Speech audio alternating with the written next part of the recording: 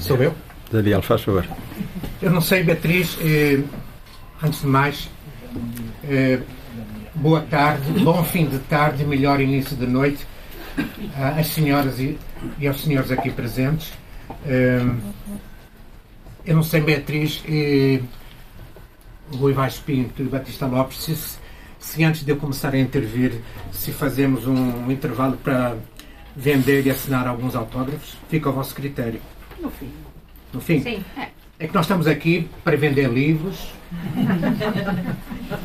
para capitalizar, começar a capitalizar o investimento do livreiro, da autora e do editor, e não para ouvir, digamos assim, grandes hermenêuticas ensaísticas ou ensaios hermenêuticos com grande nota artística, como diria o JJ, sobre o livro. Estamos aqui para vender o livro e fim de papo, não é? Embora, claro, também como sobremesa, digamos, depois dos suculentos pratos da venda do livro, porque não realmente conversar um pouco sobre ele, porque ele na realidade merece atenção e desvelo.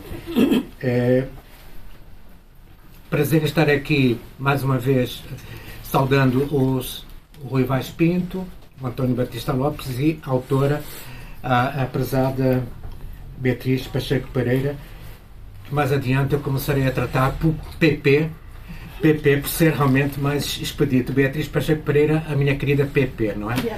Beatriz. Preferes Beatriz. Tu não és uma boa atriz, mas és uma boa Beatriz. Isso eu garanto. Como pessoa e ser humano e intelectual e também romancista. Hoje aniversaria o Dylan Thomas. Já falecido, mas continua aniversariando. Os poetas continuam sempre aniversariando. Acontece que ainda hoje ouvi no rádio uma menção ao aniversário do Dylan Thomas e o locutor, por acaso convém lembrar que o Bob Dylan inspirou-se no Dylan, do seu nome, neste grande poeta inglês. Grande equívoco e grande erro, não é? Ele era galês. Mas as pessoas têm a tendência de confundir. Tu és expert em Grã-Bretanha, confundir, portanto, o país de Gales com a Escócia, e é tudo Inglaterra. Aliás, chama-se Rainha de Inglaterra, Rainha de Inglaterra, o que é um grande equívoco, porque ela é rainha da Grã-Bretanha e do Ulster, da Irlanda do Norte. Mas eu fico sempre irritado quando nos jornais, na televisão e no rádio, Rainha de Inglaterra. Caramba, isso é tomar a parte pelo todo. E o Dylan Thomas tem um livro que eu cheguei a ler algumas páginas, que é sobre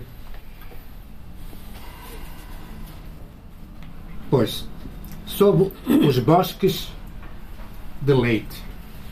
E eu realmente espero que nós hoje fiquemos sob os bosques de Leite, com o livro assinado, concebido e escrito pela Beatriz. Livro que eu ainda não li, vou ser sincero. Ainda não li, atenção, no suporte em papel. Portanto, li através de um ficheiro PDF. Portanto, e é a primeira vez que tateio e contacto com o book. Para já, a Beatriz e as suas colaboradoras e colaboradores já começaram ganhando o jogo, digamos, no aparato gráfico, que é importante. E os meus parabéns, portanto, às pintoras Antónia Gomes e Helena Leão, não é? Sim. E também ao teu trabalho. Também tens lá reproduções artísticas, graficamente deslumbrantes das tuas esculturas. Portanto, Alice, ex-Alice, no esplendor do papel, no papel. Eu li, devido a problemas de entrega do livro, em 15 dias eu li o livro, portanto, numa plataforma digital, num ficheiro PDF. E devo-vos dizer que a segunda vitória do livro, depois do aparato gráfico e das inserções, de reproduções de telas e de esculturas.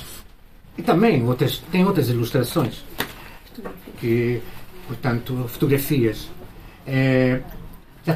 A segunda vitória é que o livro lê-se muito bem num formato em ficheiro digital. E já agora dava a sugestão de que pensassem, não sei se está previsto no contrato, Batista Lopes, meu caro, não sei, numa edição estilo livro eletrónico, não é? Livro eletrónico. Porque há livros que eu não consigo ler, francamente, não me empolgam em ler em ficheiro digital. E acho que este livro, que é a segunda vitória dele, tem potencialidades bastantes para fazer digamos, um bom percurso comercial, porque eu sempre sublinho isso, comercial, também vendendo. Não sei se a Âncora já tem livros editados digitalmente, talvez sim. Não temos. Estamos a trabalhar nisso, não temos. Por enquanto nós privilegiamos, portanto, o suporte de papel. Portanto, sim, de qualquer forma fica aqui realmente este meu parâmetro de que eu gostei muito de ler o livro em formato digital e agora vou aproveitar para reler, portanto, em papel, para fixar realmente mais ideias e aprimorar e consolidar o meu feedback sobre a obra. O romance ilustrado, volto a frisar, com obras de gabarito da Beatriz, de Helena Leão e de Antônia Gomes, está bem armado estrategicamente, bem bolado estrategicamente, enquanto organismo corpóreo e espiritual. Foi a primeira impressão que me deixou. A autora doseia de forma hábil o suspense, sugere anticlímax, muitas vezes cortantes e abruptos. Também foi algo que me causou uma ótima impressão no livro, é que ela domina, o que não me espanta, dada, digamos, o seu longo percurso e a sua experiência em ver filmes e em ler, portanto, toda a gama de arte literária que lhe chega às mãos. Eu acho que ela domina, que a mim me conseguiu envolver, enredar, portanto, com intriga e com um enredo que está sempre nos desafiando a buscar uma saída. Mas é curioso que, e isso que também me agradou, é que a Beatriz sabe esconder o jogo do leitor. Sabe esconder a bola. É verdade.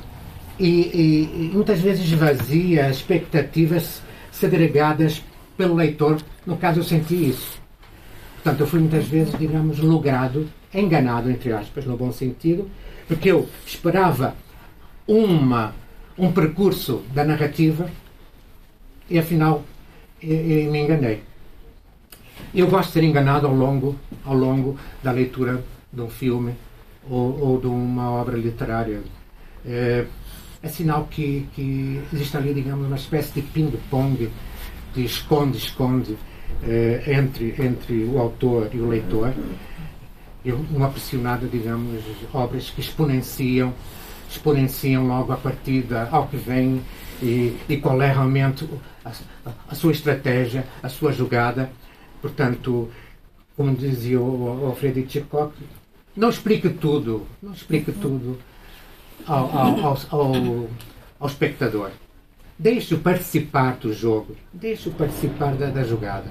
E, portanto, ela, sei que também é uma grande admiradora do Hitchcock, deve ter visto grande parte da sua obra e ela realmente denotou que foi uma boa aluna enquanto leitora, enquanto cine-espectadora das grandes obras da arte cinematográfica e da arte literária. Eu vou dar um exemplo de como é que ela me surpreende. Eu nunca imaginava que o mal da fita, que eu não vou revelar quem é, que o vilão da história era quem afinal é essa personagem. Portanto, nunca imaginei. Desconfiei. porque vocês sabem que, no essencial, isso trata-se realmente de um romance policial, mas não é só um romance policial, em que, portanto, certa manhã, a esposa de um pintor famoso descobre o seu marido morto no ateliê, durante a noite. Morto, isto é, assassinado, evidentemente. E, portanto, toda a ação conduz o leitor a participar na busca do culpado, do criminoso. E é engraçado que eu fiquei assim, caramba, Beatriz conseguiu-me burlar, no bom sentido. Porque eu nunca imaginei que fosse a personagem que é, afinal, responsável pelo delito. Isso é muito bom, e é um ponto também positivo que eu faço notar aqui para a obra da Beatriz. Já falei da edição digital, e volto a reafirmar, o livro lê-se de forma muito confortável em plataforma digital. Tem as suas vantagens e desvantagens, note-se, não é? Há pessoas que realmente não aceitam realmente o digital, e há outras que também já só leem em digital. Eu julgo que vamos caminhar para uma harmonização, uma conciliação entre o suporte papel e o suporte digital, digamos, em matéria de livros. Eu também gostei muito da empatia que ela estabelece, né? Empatia intelectual e cultural, porque é um livro muito culto, também devo sublinhar isso. É um livro muito culto, para além de ter outras virtudes, muito culto, escrito por uma pessoa que tem uma bagagem cultural e erudita bastante ampla e vasta e abrangente. Portanto, a empatia que ela estabelece com obras referenciais das artes cinematográficas e literárias. Portanto, eu não vou fazer alusão a essas alusões, a essas evocações, a essas homenagens, porque eu não quero cometer, digamos, o chamado viés do spoiler. Portanto, eu só referi que havia um crime e o pintor foi descoberto pela esposa. Vou tentar não levantar nada mais do diáfano véu que encobre, digamos, toda a intriga, o enredo de Alice e os adultos. E depois eu também acho que ela aborda, isso é um livro intemporal. Um livro intemporal não tanto, atenção, pelo trabalho formal de escrita e de concepção, portanto, formal do livro, mas pela temática que ela aborda. Pelos temas, pelos assuntos, pelo universo referencial que ela... É o chamado pano do fundo. O pano do fundo do livro, que é, digamos, social e político. E infelizmente, devo dizê-lo, as chagas e as problemáticas sociais aludidas, evocadas no romance, continuarão por muitos séculos atuais e odiernas. Infelizmente, mas vai ser assim. Eu faço alusão, portanto, à venalidade. É um pano de fundo muito sórdido. O pano de fundo muito sujo, muito sórdido. Venalidades, ganância, corrupção, manipulação, tráfico de influências, traição, usos e abusos de toda a ordem. Isso, infelizmente, vai se manter. Como realmente escreveu o Lampedusa no seu fabuloso Il Gattopardo, que deu depois aquele deslumbrante filme, que alguns consideram ser o melhor do Visconti, Il Gattopardo. Eu não tenho essa opinião, mas gosto muito do Il Gattopardo. Como antecipou o Lampedusa, vivemos o tempo dos chacais e das hienas. Mais até que dos agudos. Vivemos o tempo dos chacais, e ele escreveu isso no século XVIII, e está realmente conferindo com a verdade histórica que vivemos. E termino este preâmbulo com uma evocação. Uma vez numa entrevista, o Miguel Torga lamentou, afirmou essa frase lapidar: por mais escolas e universidades que se abram, que se instalem, ninguém consegue arrancar a humanidade do tempo da pedra lascada do Paleolítico inferior. E fim de papo. A natureza humana, ao longo de milénios, desde o Paleolítico inferior, desde a pedra lascada, evoluiu muito pouco. Muito pouco. E, de repente, Eu até julgo que somos piores do que os homens das cavernas e as mulheres das cavernas, que às vezes são um bocado, digamos, destratados por nós contemporâneos. E acontece que quando achares que eu falei demais, censura. Portanto, e no outro dia, há cerca de 3 semanas, uma pessoa minha conhecida chegou perto de mim e muito entusiasmada, dizendo que tinham lido um romance encantador que eu tinha adorado. Todavia, quando eu lhe perguntei o título, teve dificuldades em expressá-lo. E quando lhe perguntei pelo autor, disse que não sabia. Mas ela fez pior comigo. Saber isso não tem grande importância. O que interessa é que está lá dentro, não é?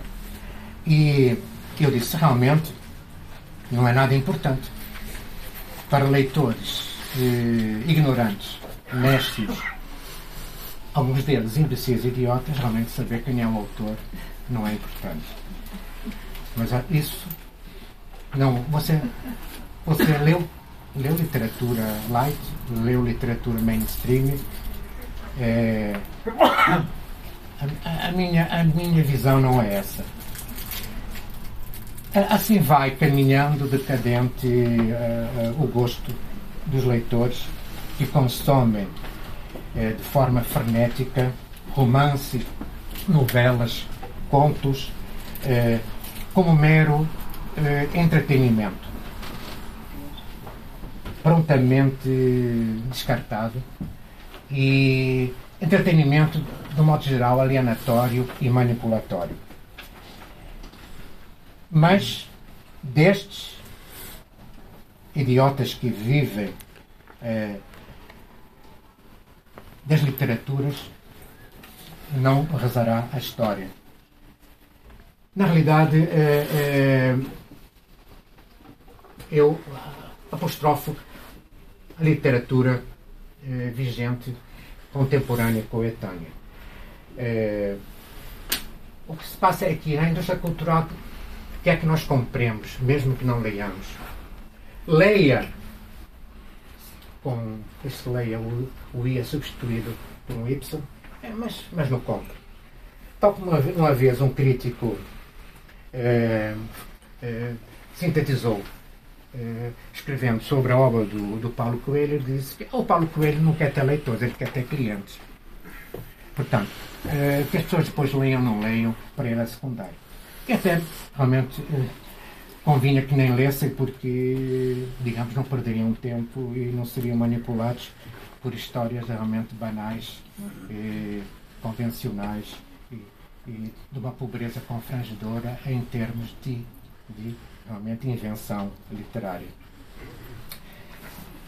Concordo plenamente com Ana Cristina César, quando ela uma vez escreveu numa carta que a literatura me perturba. E a mim, além de perturbar, Ana Cristina, ela me causa tontura, tortura e até na dentadura, para animar. Eu não aceito, digamos, a terminologia literatura, em primeiro lugar. E também não aceito a literatura conforme ela se configura hoje, nos nossos tempos, em que o que importa é vender livros. Atenção, eu sou para a venda dos livros, mas livros que tenham qualidade. Qualidade. Acima, digamos, dos gostos populares. Entretanto, onde existe o perigo, e o perigo foi essa conversa, foi essa minha amizade, que nem sabia o nome do livro, nem o nome do autor, onde existe o perigo, já poetou o Hölderlin no Pátimos, cresce o que salva. Porque, passados uns dias, recebo um telefonema da Beatriz, me desafiando, não é? Me desafiando para fazer o discurso da apresentação do seu book. Eu recebo esse desafio e a Beatriz deve ter ficado espantada, porque eu aceitei imediatamente. Digamos, foi um risco calculado.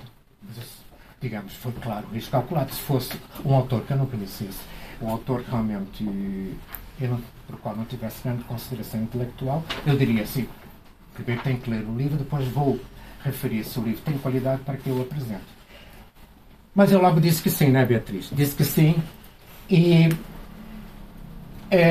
porque aceitei sem pestanejar. Afinal, eu já sabia e sei do que a casa gasta. Conheço a autora desde 1978, já há 41 anos. Não é? Ela era uma jovem ainda, portanto, teenager, não é? Eras uma teenager de 18 anos. E, sério? Não, continua sendo. E, portanto, quando integramos a redação da revista Cinema Novo, portanto, onde já ela se distinguia pela sabedoria cinéfila dos seus textos e pela qualidade de escrita. Portanto, eu reconheço que na época era apenas um neófito meio bisonho a escrever. Mas a Beatriz, e sem desprimor pelos outros colaboradores, eu lia sempre com muito agrado dois autores, dois redatores da revista, que eram o Armando Casais e tu. Digo isto, portanto, eu não sei onde é que para o Casais. Espero que ele esteja bem. Mas, portanto, o Casais, que era já até mais velho que nós, não? Casais, muito 70 e tais. Tinha já uma bagagem que eu não tinha e, portanto, algumas estações passadas, alguns anos passados, li com muito interesse o Frankenstein, Mary Shelley, que é o primeiro livro delas, o que é, né? 94, que é um ensaio sobre o Frankenstein e a ligação com o livro da Mary Shelley e os atores que interpretaram Frankenstein, o Bela Lugosi, né? O Boris Karloff, que era realmente o ator, digamos, mais carismático, né? E, portanto, eu já tenho lá esse livro que ela me ofereceu, portanto, editado em 94, sob a edição da Cinema Novo, na época, né? E depois, na sequência, eu li também os pretextos de cinema. Pretextos de cinema. Eu gostei muito. Porque ela, realmente, é fera em cinema. É uma cinéfila, portanto, e diria mais até, na seção do Sérgio Daney, uma cinefilha, conforme o Daney teorizou. Na sua produção ficcional, não serei tão especialista, confesso. Li a maioria das fabulosas histórias dela, que julgo que é o primeiro livro ficcional, correto, não é? E algumas das narrativas, se não lembro muito bem da Reencarnação, que gostei muito, a Reencarnação, de O Homem que Trazia Instruções, que é um livro já de 2012, não é? Hoje, aqui, eu sou um homem mais instruído e apto a garantir que a literatura da Beatriz não é, felizmente, literatura. Mal seria. Ergue-se, se insinua como arte literária. Arte literária praticada, exercitada com uma vocação e pendor autoral, nunca abdicando do seu autorismo. Eu dou preferência a ler autores que nunca abdicam da sua autoridade de autor. É um conceito, digamos, que eu fui buscar a Nouvelle Vague, do Truffaut, do Godard. Portanto, ela é uma autora, acima de tudo. Ela não é uma escritora, não é uma romancista, para mim. É uma autora que é muito mais importante e transcendente do que ser um romancista, um escritor. E a Alice testemunha e corrobora essa genuína vocação e condição e estatuto.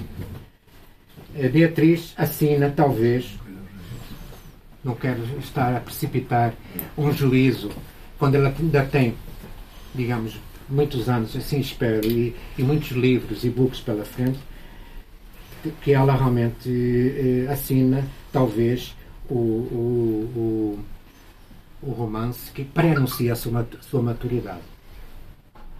A maturidade enquanto autora.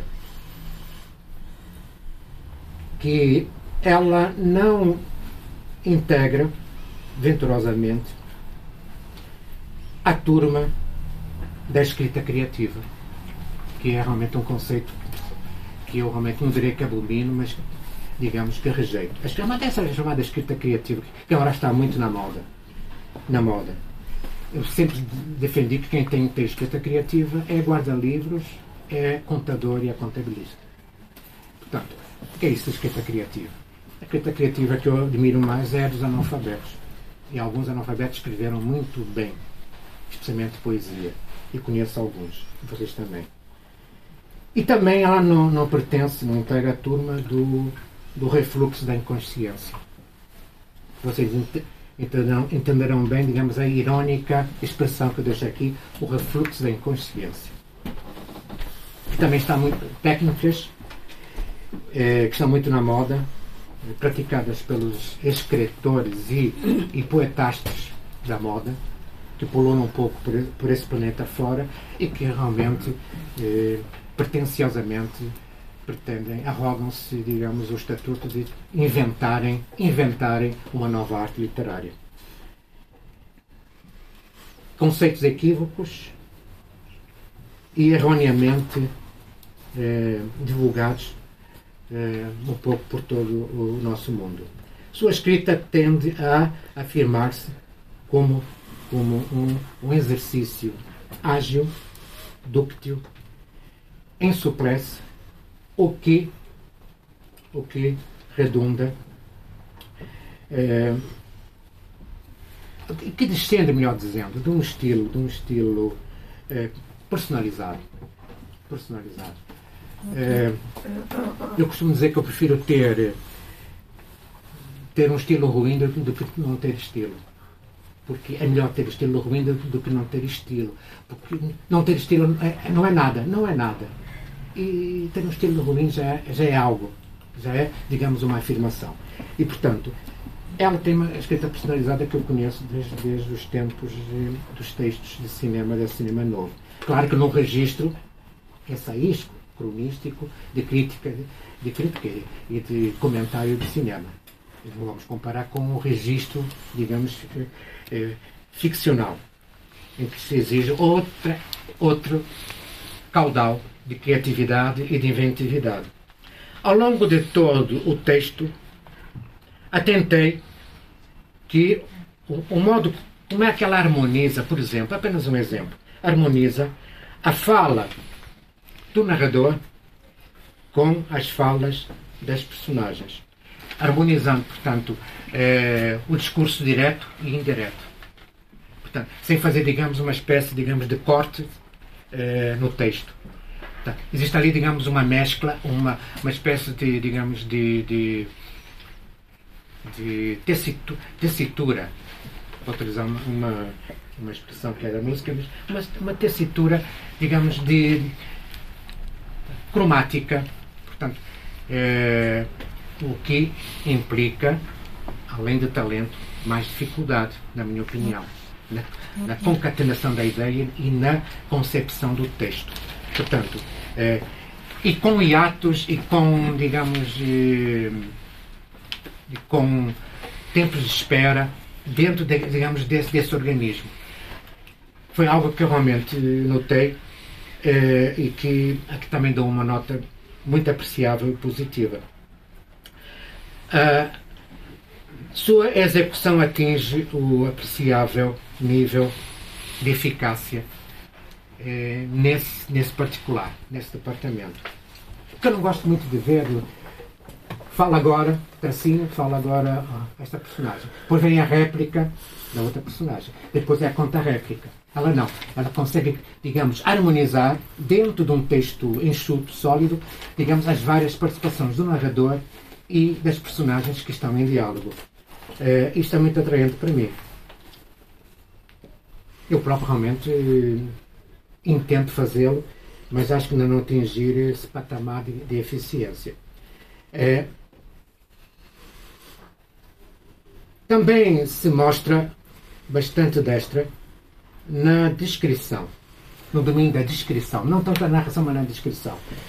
Eu, portanto, dou aqui um exemplo de uma sequência, de uma cena da mansão e do jardim da Alice e do Alfonso. Muito bem descrito aquilo, muito policromático. E até denota realmente, deve ter, não sei se és especialista em borboleta, mas deve ter dado a origem a uma pesquisa, porque tu denotas ter ali bastante, digamos, conhecimento das várias espécies de borboletas. E, portanto, apreciei muito essa passagem do livro e do romance. A mansão, eu chamei mansão, aquilo é mais uma casa, mas é uma mansão, não é? É uma casa, digamos, de gente aquinhoada. E depois a personagem da Alice, que é a heroína, desculpem se vou cometer uns deslizes de spoiler, ela classifica o verde e o rosa, é uma frase que ela diz no final. O verde e o rosa que recuperou a minha vida. Portanto, o verde e o rosa. Eu aí interpretei o rosa das rosas e o verde das folhas do jardim. Portanto, não sei se... Talvez não seja isso, não é? O verde e o rosa. Que, aliás, é uma combinação cromática que eu aprecio muito, o verde e o rosa. Acho que é uma bela combinação cromática. Apreciável também ela denota poder fabulatório. Eu não lhe conhecia muito bem, que aqui está mais desenvolvido o poder de fabular. De fabular, de efabular. No Brasil nós dizemos fabular, aqui existe efabular. Porque um escritor não... Escrever bem é só o começo. Agora, o jogo ganha-se em ser capaz de criar um texto que seja coerente e seja empolgante e que tenha poder fabulatório, portanto, com imagens, digamos, de grande emoção estética. E ela tem... porque eu só conhecia ela dos textos curtos, não é? Este é o segundo romance, não? É o quarto! Então estou realmente em decalagem. Portanto, mas é o primeiro que eu li, confesso. Eu só tinha lido os textos curtos, as pequenas histórias. Portanto, é daí que não posso estabelecer um paralelo com livros que eu não abordei. Na urdidura do enredo, da intriga, de um romance policial, quer-se que o leitor seja alçado aos céus de uma história de amor e morte. Este enquanto gênero, começa por ser um romance policial. Naturalmente obedece, digamos, às regras do género. Mas talvez não seja só o romance policial. Talvez haja aí o esboço de outro livro com outro género, digamos, no fim do jogo. As personagens têm envergadura psicológica, conseguem transmitir ao leitor, na minha opinião, especialmente duas delas, pulsão emocional e dramática. Virtudes muito bem plasmadas na carta de amor que Alice vai ligar a uma certa pessoa. Eu aprecio, do ponto de vista de trabalho formal, muito essa carta de amor. Um texto literário, volto a frisar, pode estar bem escrito,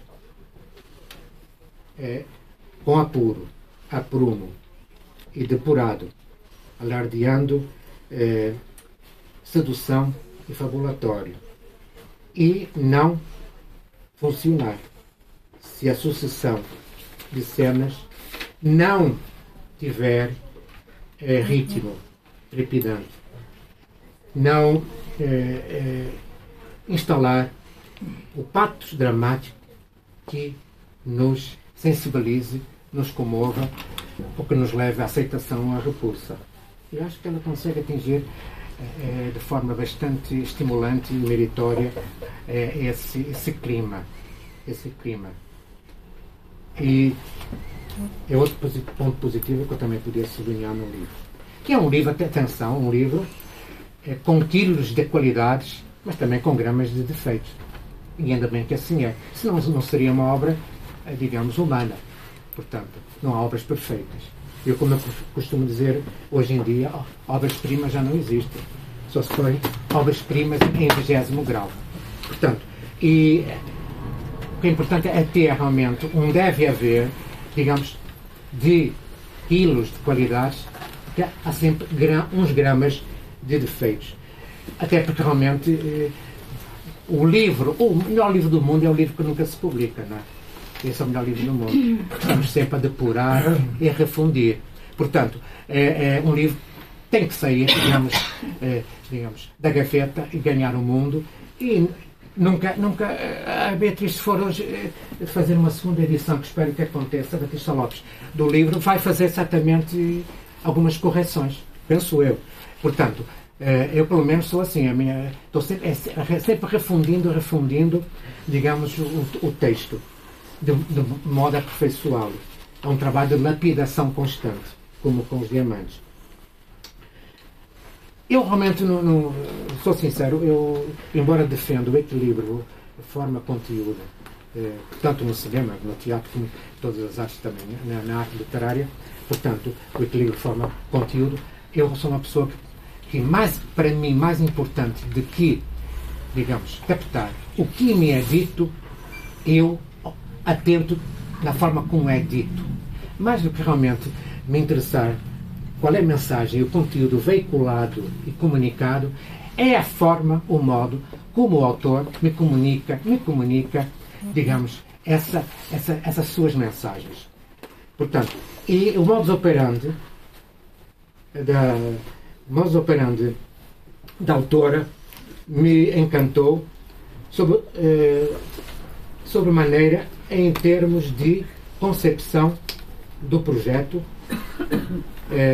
romanesco, de concatenação das ideias e da execução formal do texto. Que é isso que eu olho essencialmente num filme, essencialmente estou sempre atento mais de repente aos procedimentos formais do que propriamente aos conteúdos, à mensagem, ou outro tipo de... Pois, já estou sendo censurado. Já estou com quanto tempo? 1 hora. 1 hora? Enquanto... bem, digamos, eu tinha ainda muito para dizer aqui. Deve ser melhor realmente ficar para uma próxima apresentação. Fica para a apresentação da segunda edição. Não sei, atenção, se me faz esta letra, talvez não esteja apreciando muito a comunicação. Não é verdade isso. Não sei. Não é verdade isso. Eu também não estou gostando muito dela. Não é uma questão não é uma questão de conteúdo, é uma questão de tempo. Portanto, é isso. Eu realmente tentei escrever, afinal estou fazendo uma hermenêutica um bocado longa e, portanto, o que importa aqui, na minha opinião, é uma apresentação de um livro, é um ato comercial, mais que um ato cultural. E, portanto, muito haveria a dizer, é sinal que eu dou sinal verde ao livro. Portanto, senão também não estaria aqui sendo seu paladino, porque eu não viria aqui fazer nenhum tipo de encenação, só porque sou amigo e admirador da Beatriz, porque não faz parte do meu jogo. Portanto, não é a minha praia de Ipanema. Acontece que, portanto, terminando, é um livro que a Agatha Christie gostou de ler, que o Gato Barbieri gostou de ler, que a Cat Ullman gostou de ler, que o Cat Stevens gostou de ler. Os gatos gostaram muito do livro. Eu posso dizer, só para terminar, lamento desiludir a autora e desiludir a plateia, não gostei. É o meu veredito. Não gostaste de quê? Não gostei do livro. Ah, não. Não. Seria contraditório com tudo o que eu disse antes. Eu não quero entrar em contradição. Só para terminar, é evidente que não gostei. Gostar é pouco. Seria inquietante. Digamos, seria mau sinal. É um livro que eu amei. Digo isso sem rasgar-se. É um livro que eu amei. Não, gostar é pouco. Hã? Tu gostaste do clímax? Do clímax que eu instalei agora? também sei, digamos tecer as intrigas, os enredos. Até susto. Gostar é pouco. Gostar é pouco. Portanto, gostar é pouco. E digo isto sem rasgar seda, como se caminha, sem fazer elogios vãos e simpáticos e demagógicos. Não, eu gostei do livro. Podia-se, evidentemente, que o livro termina me desiludindo um pouco, porque eu esperava outro fim, mas isso faz parte do jogo dela, e ainda bem, porque ela não está aqui para agradar o leitor, está para agradar a si, enquanto autor, e as suas personagens. E os personagens têm, na minha opinião, não são marionetas do autor, do escritor ou do preparador literário. É, portanto, tem que ter autonomia, as personagens, até perante o próprio autor, não são títulos. E, portanto, não é o fim que eu esperava. Mas até achei isso realmente deslumbrante. Eu esperava outro fim. E depois o fim abre para um outro livro. É quase um convite a uma sequela, porque depois no fim mudas de registro e passas a fazer um pouco a prosa do registro prosado, passas a prosa poética, que até está muito bem, digamos, concatenada e bem executada. Portanto, em resumo, não gostar é pouco. Amei o livro e espero, digamos, numa segunda leitura, descobrir outras dimensões cativantes. Conclusão. Portanto, é aliciante, não é? É aliciante, portanto, tirando os abutres. Ok, obrigado e até uma próxima.